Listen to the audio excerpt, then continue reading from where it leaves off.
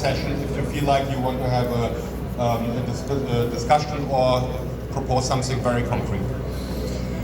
That's a quick intro what I've done in the past with one of my favorite photos from a West African, you probably know all, Kofi Annan, and it was very inspirational. I met him twice for my work in nutrition. So we need to feed 10 billion people, and we need to feed Nigerians, and we all want to achieve zero hunger.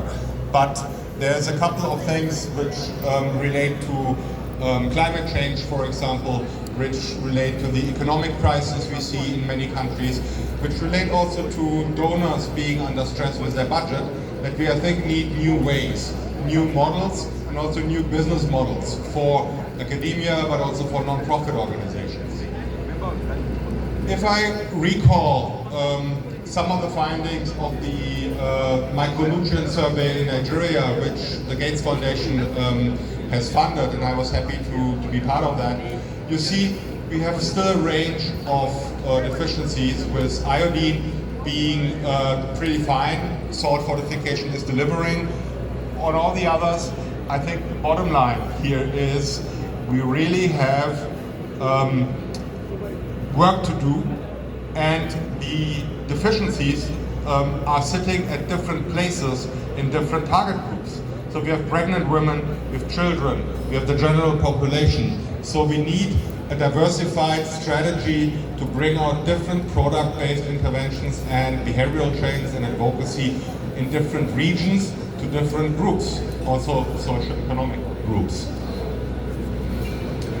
So we all know that there's a devastating health impact from micronutrient deficiencies, and we know that also economic consequences of deficiencies in education, in productivity, and human capital development are enormous. So the good news here is nutrition is one of the best investments in human development and in international development. So let's get the rubber where the rubber hits the street. Let's get busy on solving these problems together. So I think here it's important that we also bring things together. We need to bring together food security and nutrition security. I hear a lot of people just talking about agriculture. I hear a lot of people just talking about nutrition. I hear people talking about biodiversity. And I think all these aspects need to come together in what is the food systems pathway commitment. And some of the ingredients that can be used for local nutritious foods are described in these pathway commitments. So there was a lot of work in the international community to create a bottom-up roadmap and pathway for every country on food systems transformation. And this link you see here leads you to the Nigerian commitment on how to change and transform the food system to be more resilient and also more inclusive. So now, I think that's also for the researchers and also the students in the room may be interesting now. These are globally the themes we also looked into at the Gates Foundation and also discussing in different regions of the world, which are relevant for food and nutrition and are innovative. So how can we reduce, for example, food waste? 40% of the food in Africa is wasted and globally, and this is a chance to use some of the waste and turn it, for example, in powders and make nutritious food out of it. That's called circular food concepts, very sustainable. Let me touch on biodiversity smart food. Why does RUTF or RUSF need to be based on peanuts? I think in Nigeria there's a lot of underutilized crops that can form a basis for biodiversity smart food. So let's link what is conservation through use, conserving some of the natural habits and using it for food production. I stop here, you probably will get my presentation, and these are all topics that can lead to more food sustainability in the country. Nothing had been said yet, at least I didn't recognize, on aging populations. And I think looking into the health of the elderly, is also an aspect that is very important. And let me quote, for example, the microbiome. If your microbiome, your bacteria in the stomach, is not in a normal state, and you have all these bacteria doing their jobs, many of the nutrition interventions will lack the uptake, and your overall well-being will be largely impeded. So I think we also need to look at several opportunities to go deeper than just micronutrients here, and let's be inclusive. Let's also think about elderly and how nutrition can help them to have additional disease-adjusted life years in higher age. In practical terms, whatever organization looks into innovation, I always found it very useful to use such a matrix. And such a matrix is a kind of a circle where you have different targets like performance indicators, and then you do a kind of a star diagram. How good am I scoring on biodiversity? How good am I scoring on nutrition? How good am I scoring on cost effectiveness? And if you compare what you want to do, either as a private sector or as a non-profit, I think it's helpful to understand in these complex interfacing themes, what is my footprint in terms of positive opportunity? And I've always found this matrix as a innovation matrix and North Star guiding you very helpful in my past work. I think the most important trend for me is localization. We need local solutions, and there is no improved nutrition without products. So we can do a lot, we can talk a lot. I think at the end of the day, it's food to be eaten, it's supplements to be taken, it's micronutrient powders to be produced locally. And local production has a lot of advantages. It's locally present, it can be stocked, it can be better monitored, it is much more agile in supporting your work.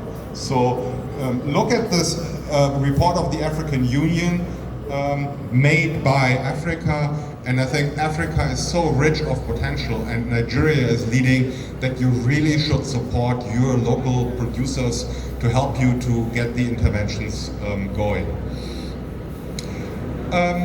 Here you see that West Africa receives a lot of funding that is turned by UNICEF into procurement, and you are sitting in a region where cross-sectoral collaboration, like with donors, science, non-profit and private sector, has a lot of leverage to be utilized. And, if you want to work together in different sectors, I think it's important that we see the overlapping interest. So non-profit or government has a different goal, a different language than maybe private sector. But we have spoken so much, and I've heard it about public-private partnership, but where are these projects? Where are these projects that truly co-create, that truly bring people in a room and not just talk multi-sector, but do multi-sector? And I think we need to find these sweet spots where complementary capacities and also interest is really married in the sweet spot of these circles. I would like to point you to the booth out there from with the Incognito product from the Micronutrient Laboratories, which is the locally produced micronutrient powder. And it has been largely supported by the World Bank in the last years, and now we are working towards more sustainability. And the next slides, as an example, it could also be used for IUTF, tries to put forward a proposal how you all can engage with a very practical food-based product in your respective programs. So micronutrient powders is out there and a very established intervention since quite a long period of time. And you see here in the procurement figures, there has been a peak and it went then down in the pandemic, but now is catching up again. So I think this intervention really deserves attention. Currently, the Incognito micronutrient powder is distributed in all of the states, and most of these are provided for free. I'm proposing today we are developing a hybrid model where institutions can kind of procure some of these products and with the help of non-profit partners and academia design their own programs, like for example in canteens or like for example in hospitals or primary care institutions. If you look at the supply chain, it's not very complex and it offers a lot of opportunity here in Nigeria to design well-supplied programs which continuously can improve nutrition in your institution, whatever it is. And if there's one most important slide, I think for me this is the one. This slide shows, as a result also from the survey, the micronutrient survey, we need to have differentiated approaches for differentiated target groups. And if you look at the channels micronutrient powders could be used, it's not limited to nutrition programs. You can use it in the health system, you can use it in school and educational environments, universities, you can use it in food banks and social safety nets, you can use it in emergency response, and also for workforce feeding and improvement. And that's all opportunities where I think Dr. Kenny is the best person to be spoken with, or the team. Put your name down and we will jointly look into co-creating a program together. I've worked on similar approaches, including ready-to-use supplementary foods, for example in Guatemala, where I was an advisory board member in developing a local product.